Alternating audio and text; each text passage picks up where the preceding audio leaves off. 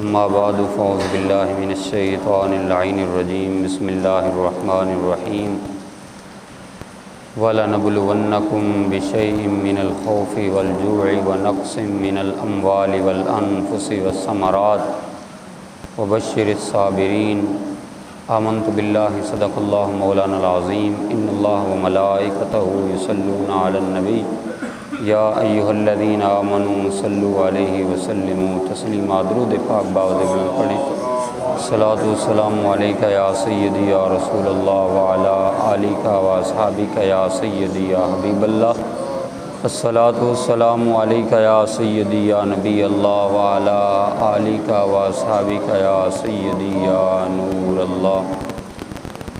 غریب و سادہ و رنگیں ہے داستان حرم، غریب و سادہ و رنگیں ہے داستان حرم، نہایت اس کی حسین اور ابتدا ہے اسماعیل۔ کیونکہ لا الہ تو پڑھ لیا اب لے مزہ تاثیر کا، لا الہ تو پڑھ لیا اب لے مزہ تاثیر کا، لا الہ کی تہ کے نیچے خون ہے شبیر کا۔ لا الہ تو پڑھ لیا اب لے مزہ تاثیر کا، لا الہ کی تہ کے نیچے خون ہے شبیر کا۔ لا الہ کو پڑھنے والوں لا الہ سے پوچھ لو، لا الہ تو بچ گیا گھر لٹ گیا شبیر کا۔ اللہ جل جلالہ وعم نوالہ واتم برہانہ وعظم شانہ کی حمد و ثنا کے بعد لا تعداد مرتبہ درود السلام بارگاہ رسالت مآب صلی اللہ تعالیٰ علیہ وآلہ وسلم میں نہایت عقیدت اور محبت کے ساتھ پیش کرنے کے بعد اللہ رب العالمین کا کروڑا فضل و احسان، جس کی توفیق خاص سے آج کے عظیم دن میں ہم اس کے دربار گوہربار میں حاضر ہیں۔ دعا ہے میرا مولا ہماری حاضری اپنی بارگاہ میں قبول فرمائے، ہمارے لیے ذریعہ نجات بنائے۔ سید الشہداء امام علی مقام حضرت امام حسین رضی اللہ تعالیٰ عنہ، آپ کی شان و عظمت کے حوالے سے چند باتیں آپ کے سامنے عرض کرنے کی کوشش کروں گا۔ دعا ہے رب ذوالجلال میری زبان پہ کلمت الحق جاری فرمائے۔ اللہ رب العالمین نے ارشاد فرمایا وَلَنَبْلُوَنَّكُمْ بِشَيْءٍ مِّنَ الْخَوْفِ وَالْجُوعِ وَنَقْصٍ مِّنَ الْأَمْوَالِ وَالْأَنفُسِ وَالثَّمَرَاتِ۔ ارشاد فرمایا کہ ہم بندوں کو ضرور آزماتے ہیں، ہم آگے تشریف لیں۔ وَلَنَبْلُوَنَّكُمْ بِشَيْءٍ مِّنَ الْخَوْفِ وَالْجُوعِ وَنَقْصٍ مِّنَ الْأَمْوَالِ وَالْأَنفُسِ وَالثَّمَرَاتِ۔ ارشاد فرمایا کہ ہم بندوں کو آزماتے ہیں، کبھی خوف کے ذریعے، کبھی بھوک کے ذریعے، کبھی پیاس کے ذریعے، کبھی مالوں میں نقص پیدا کر کے، کبھی پھلوں میں کمی پیدا کر کے۔ فرمایا جو صبر کر کے دکھاتا ہے، جو صبر کے ساتھ یہ دریا پار کر لیتا ہے، فرمایا وَبَشِّرِ الصَّابِرِينَ، اے مصطفیٰ صبر والوں کو جنت کی بشارت سنا دیجیے۔ ماضی کے اندر بھی لوگوں سے امتحان لیے گئے، ایک وقت میں ایک ہی امتحان لیا گیا، لیکن کربلا کا امتحان بڑا انوکھا امتحان تھا۔ میرے آقا نے ارشاد فرمایا تھا انی تارکن فیکم الثقلین، اے لوگو میں تمہارے اندر دو بھاری چیزیں چھوڑے جا رہا ہوں۔ اولہما کتاب اللہ فیہ الہدی والنور، فرمایا ایک تو اللہ کی کتاب قرآن چھوڑ کے جا رہا ہوں، دوسرا فرمایا وعطرتی اہل بیتی، دوسرا محمد مصطفیٰ اپنا خاندان چھوڑ کے جا رہا ہوں۔ فرمایا دو چیزیں چھوڑ کے جا رہا ہوں، فخذوا واستمسکوا بہما، فرمایا ان کو مضبوطی کے ساتھ پکڑ لینا، لن تضلوا بعدی ابدا، میں محمد مصطفیٰ تمہیں گارنٹی دیتا ہوں تم اگر ان کو مضبوطی کے ساتھ پکڑو گے کبھی گمراہ نہیں ہوگے۔ میرے آقا نے تو گارنٹی دی تھی تم گمراہ نہیں ہوگے، لیکن آج ہم 72-73 فرقوں میں بٹ گئے، فرقے آگے کئی جماعتوں میں، جماعتیں کئی لابیوں میں بٹ گئیں، تو یہ گمراہی کیوں پھیلی؟ میرے آقا نے دو شرطوں پہ گارنٹی دی تھی، کہا تم نے قرآن کو نہیں چھوڑنا، محمد کے خاندان کو نہیں چھوڑنا۔ گمراہی اس لیے پھیلی، کسی نے قرآن کو چھوڑ دیا، کسی نے اہل بیت کو چھوڑ دیا، کسی نے قرآن پکڑ کر تو دہائی دی اہل بیت کا بغض سینے میں پلتا رہا۔ کسی نے اہل بیت کے نام کا جھنڈا تو اٹھایا، قرآن کے پارے بھی پورے نہ مانے۔ تمہیں مبارک ہو، تمہارے ایک ہاتھ میں قرآن ہے، ایک ہاتھ میں اہل بیت کی نبوت کا جھنڈا ہے۔ فرمایا یہ دونوں کبھی جدا نہیں ہوں گے، یہ اکٹھے رہیں گے۔ فرمایا کل قیامت کا دن ہوگا، حوض کوثر پر میں جام پلا رہا ہوں گا، قرآن اور اہل بیت اکٹھے میرے پاس آئیں گے۔ پھر زمانے نے دیکھا قرآن سینے کے اندر تھا، حسین سینے کے اوپر تھا، اور کربلا کے میدان کے اندر جب سر حسین نو کے نیزہ پر آتا ہے تو قرآن نے وہاں بھی ساتھ نہیں چھوڑا۔ اب یہاں ایک سوال پیدا ہوا کہ میرے آقا نے ارشاد فرمایا دو بھاری چیزیں چھوڑ کے جا رہا ہوں، ایک قرآن چھوڑ کے جا رہا ہوں، دوسرا اپنا خاندان چھوڑ کے جا رہا ہوں۔ اب قرآن سے ہم پوچھتے ہیں کہ کیا تیرے اندر رب نے یہ خاصیت، یہ خصوصیت رکھی ہے کہ نہیں؟ تو اکیلا ہی کافی ہے کہ نہیں؟ قرآن ارشاد کرتا ہے فَبِأَيِّ حَدِيثٍ بَعْدَهُ يُؤْمِنُونَ، اے لوگو جب میں آ گیا ہوں اب میرے بعد کسی کتاب کی ضرورت نہیں ہے، کسی چیز کی ضرورت نہیں ہے، اس لیے کہ ہر چیز کا ذکر قرآن میں موجود ہے۔ لا رطب ولا یابس الا فی کتاب مبین، میں ہی کافی ہوں، میں بھی شافی ہوں، اور میں ہی وافی ہوں۔ اب ہم نے کہا مولا وجہ کیا ہے؟ آواز قدرت آتی ہے لوگو اہل بیت نبوت کو پکڑنا یہ محمد مصطفیٰ کا اس میں فائدہ نہیں ہے بلکہ تمہارا اپنا فائدہ ہے، اس لیے کہ اگر امت اہل بیت سے پیار کرتی ہے تو ان کے اپنے عقیدے کی حفاظت ہوتی ہے۔ کوئی بھی چیز ہوتی ہے نا، اس کے اندر دو چیزیں ہوتی ہیں، ایک ہوتی ہے تھیوری اور ایک ہوتا ہے اس کا پریکٹیکل، ایک ہوتا ہے علم، ایک ہوتی ہے اس کی عملی مشق۔ آواز قدرت آتی ہے اگر تھیوری دیکھنی ہے تو قرآن کو دیکھ لو، اگر اس کا پریکٹیکل دیکھنا ہے تو کربلا کے تپتے ہوئے ریگزار میں حسین کا کردار دیکھ لو۔ اب دیکھیے قرآن کی تھیوری کیا ہے۔ ارشاد فرمایا وَلَنَبْلُوَنَّكُمْ بِشَيْءٍ مِّنَ الْخَوْفِ وَالْجُوعِ وَنَقْصٍ مِّنَ الْأَمْوَالِ وَالْأَنفُسِ وَالثَّمَرَاتِ، کہ ہم بندوں کو پرکھتے ہیں، آزماتے ہیں، کبھی خوف کے ذریعے، کبھی بھوک کے ذریعے، کبھی پیاس کے ذریعے، کبھی معلوم میں نقص پیدا کر کے، کبھی بچے لے کر، کبھی جوان لے کر، کبھی بوڑھے والدین لے کر، ہر طریقے سے آزماتے ہیں۔ لوگوں سے امتحان لیے گئے، لوگوں کو آزمایا گیا، ماضی کے اندر بھی امتحان ہوئے، کسی سے بھوک کا امتحان، کسی سے پیاس کا امتحان، کسی سے بچے لے کر آزمایا گیا، کسی سے کڑیل جوان لے کر آزمایا گیا، کسی سے پیارے بوڑھے والدین لے کر آزمایا گیا۔ ایک ہی وقت میں ایک امتحان تھا، لیکن کربلا کا امتحان ایسا امتحان تھا کہ یہ سارے امتحان ایک ہی کمرہ امتحان کے اندر اور سارے اکٹھے لیے جا رہے ہیں، اور کہا جا رہا ہے اے حسین پاس مارک 33% نہیں ہے بلکہ نمبر بھی پورے 100 لینے پڑیں گے۔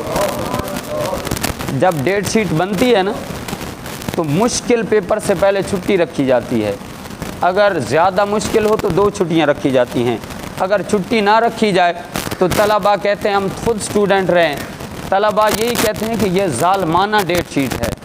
لیکن اگر ایک ہی کمرہ امتحان کے اندر بندے کے 12-13 پیپر ایک ہی دن کے اندر لیے جائیں تو طلباء تو احتجاج کریں گے، کہیں گے ہم پیپر دیں گے ہی نہیں۔ لیکن حسین کی عظمت کو سلام نہ پیش کریں کہ حسین ایک ہی کمرہ امتحان کے اندر بھوک کا امتحان بھی دے رہے ہیں، امتحان بھوک کا بھی ہے، پیاس کا بھی ہے، بچے بھی یہیں پہ کٹ رہے ہیں، جوان کی جوانی بھی یہیں پہ لٹ رہی ہے، اون محمد بھی یہیں کٹائے جا رہے ہیں، عباس کے بازو بھی یہیں کٹے جا رہے ہیں، لیکن حسین کی زبان پہ شکوہ نہیں ہے بلکہ یہی آواز ہے مولا اگر تو حسین کی قربانیاں قبول کرتا ہے تو ایک ہی میری ندا ہے کہ حسین پہ راضی ہو جا۔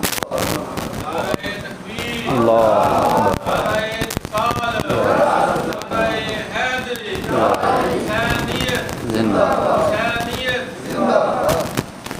علی اصغر کو دیا حسین نے صبر کیا، علی اکبر کو دیا حسین نے صبر کیا، اون محمد کو قربان کیا حسین نے صبر کیا، عباس کے بازو کٹا دیے حسین نے صبر کیا، آخر میں سر حسین سجدے میں جھک جاتا ہے۔ دست قاتل نے جب سر حسین کو کاٹنے کا ارادہ کیا تو آواز حسین کیا تھی؟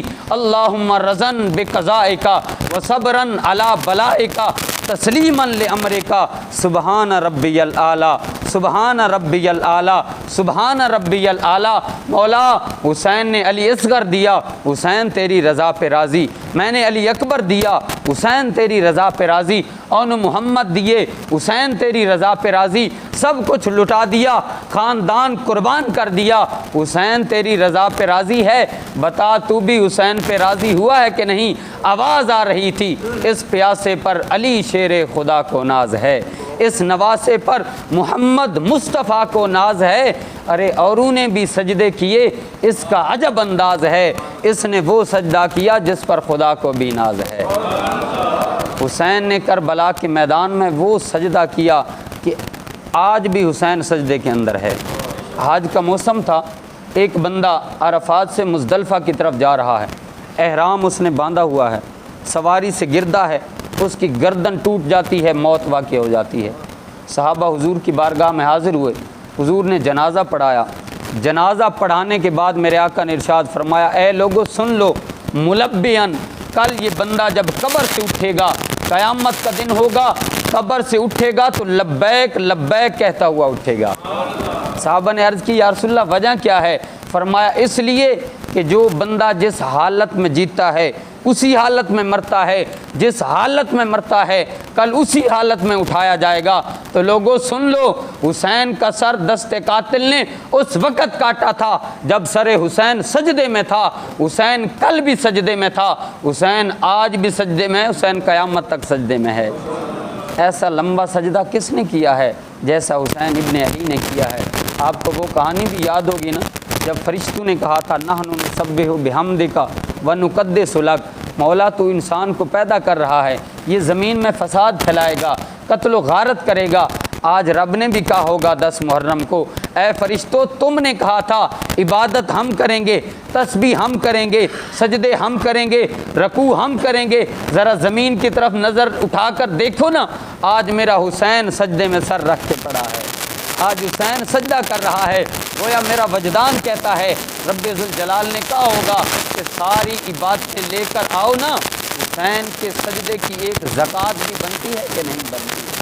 ایسا سجدہ حسین نے کیا، حسین کل بھی سجدے میں تھا، حسین آج بھی سجدے میں، حسین قیامت تک سجدے میں ہے، حسین کل بھی زندہ باد تھا، حسین آج بھی زندہ باد ہے، حسین کی فکر کل بھی زندہ تھی، حسین کی فکر آج بھی زندہ ہے، یزید کل بھی مرد آباد تھا، یزید آج بھی مرد آباد ہے، جب زندگی ثابت ہے حسین ابن علی کی، پھر موت نہ مانیں گے ہم مدینے کے نبی۔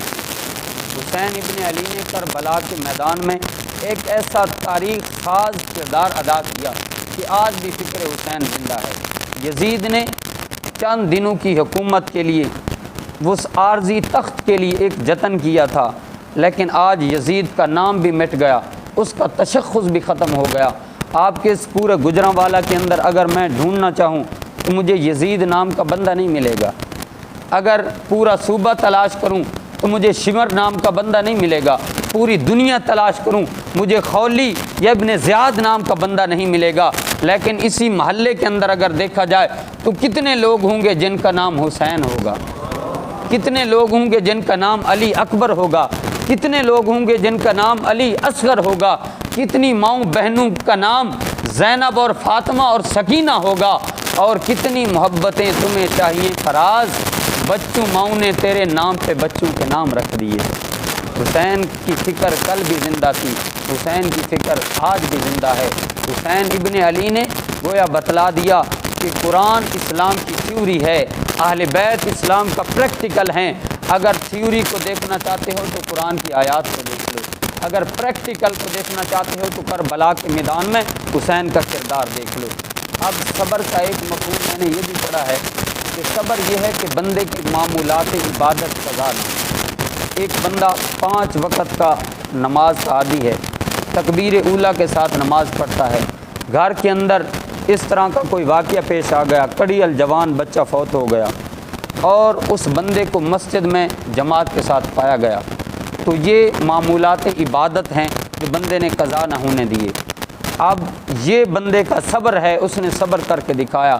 صبر کے اس مفہوم میں بھی اگر حسین کو دیکھنا چاہتے ہو تو آؤ کربلا کے میدان کے اندر 71 زخم کلیجے پہ لگے ہیں، اور امام حسین کے جسم پہ محتاط روایات کے مطابق جب پیراہن مبارک اتارا گیا، قمیض مبارک اتارا گیا، 122 سوراخ تیروں کے تھے، 33 زخم تلواروں کے تھے، 34 گھاؤ نیزوں کے تھے، لیکن صابر ایسا ادھر وقت نماز آتا ہے سر سجدے میں جھک جاتا ہے۔ امام حسین نے معمولات عبادت قضا نہیں ہونے دیے اور دنیا کو بتلا دیا، لوگوں اگر قرآن تھیوری ہے تو ہم پریکٹیکل ہیں، جس آیت کو بھی سامنے رکھو گے ہم اس کا مکمل طور پر تمہیں پریکٹیکل نظر آئیں گے۔ کیوں کہ جہان عزم و وفا کا پیکر، کمال دین کا ہے کیا پیمبر، جبین انسانیت کا جھومر، عرب کا صحرا عجم کا زیور، حسین تصویر انبیاء ہے، نہ پوچھ میرا حسین کیا ہے۔ حسین دل ہے، حسین جاں ہے، حسین قرآن کی زباں ہے، حسین سجدوں کی سرزمیں ہے، حسین ذہنوں کا آسماں ہے، اٹھا رہا ہے جو لاش اکبر، حسین بوڑھا نہیں جوان ہے، نہ پوچھ میرا حسین کیا ہے۔ حسین ابن علی نے کربلا کے میدان میں وہ تاریخ رقم کی ہے، بڑی بڑی شہادتیں ہوئیں، بڑی بڑی جنگیں لڑی گئیں، جس کے اندر لاکھوں لوگ اس دنیا سے گئے، شہید ہوئے۔ آج تک کسی شہید کا اتنا ذکر نہیں ہوا جتنا میرے امام علی مقام کا ہو رہا ہے، اس لیے کہ یہ وہ تعبیر تھی جو 10 ذو الحجہ کو اللہ کے خلیل نے میدان مینا کے اندر اسماعیل کی گردن پہ چھری رکھ کے شروع کیا تھا، اور کربلا کے تپتے ہوئے ریگزار میں 10 محرم الحرام کو حسین ابن علی نے اس تعبیر کو مکمل فرمایا تھا، اور گویا لوگوں کو یہ بتلا دیا کہ اسلام کا پہلا مہینہ محرم ہے، اس کی ابتدا بھی قربانی سے ہے، آخری مہینہ ذو الحجہ ہے، اس کی انتہا بھی قربانی پر ہے۔ تو گویا اسلام اول سے لے کر آخر تک قربانی مانگتا ہے۔ اور اقبال کا لہجہ ادار لوں تو اقبال کہتا ہے غریب و سادہ و رنگین ہے داستان حرم، نہایت اس کی حسین اور ابتدا ہے اسماعیل۔ دعا ہے رب ذوالجلال امام علی مقام کی سیرت اور کردار پر ہمیں عمل کرنے کی توفیق نصیب فرمائے، اور سیرت شبیر اور کردار حسینی اپنا کر زندگی گزارنے کی توفیق نصیب فرمائے۔